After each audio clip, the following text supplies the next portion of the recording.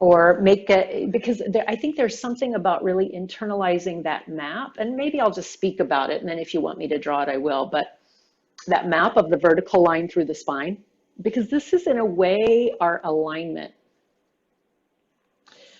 And I'm not talking about physical alignment right now. I'm talking about energetic alignment of coherence. You know, this subtle energy that flows through the spine that is grounded down into, let's say, our past, our ancestors, culture, the earth. It goes up into insight, possibility, our future. That vertical alignment is really connecting past to future through us, and also connecting light into life and into the ground and into our relations through us. And then the other aspect of this horizontal relating, which is when we share, when we listen to each other, we could say that's a horizontal relating, right? We're presencing ourselves as we presence each other.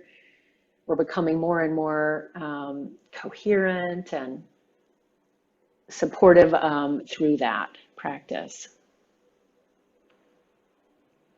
And then I think the last thing I want to say, and then I'll open it up and see if there's any questions or comments.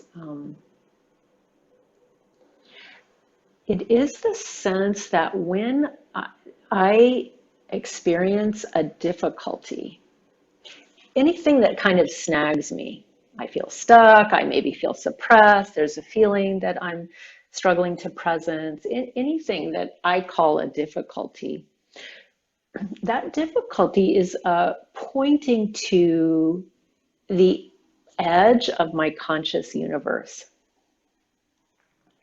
if that makes sense.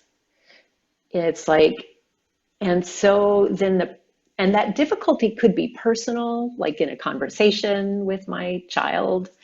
That difficulty could be something I read in the news. It could be something cultural. It could happen on any scale.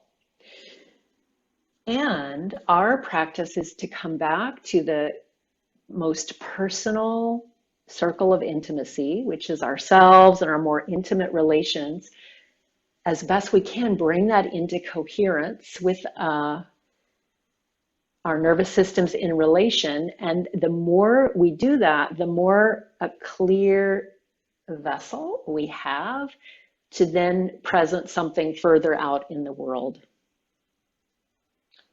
So our personal difficulties become a very important doorway into healing collective trauma, if that makes sense. For instance, now if we say we were having a conversation about indigenous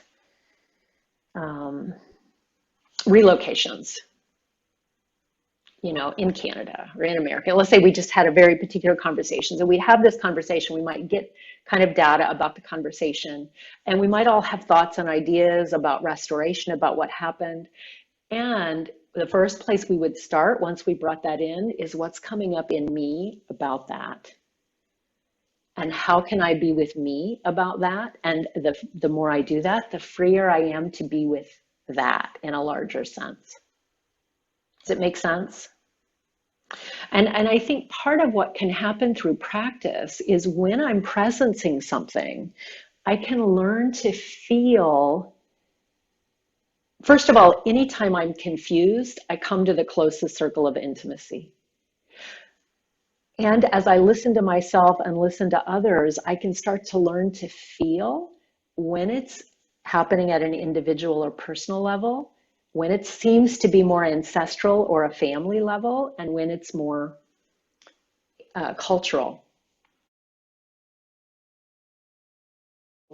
Just to kind of give a context before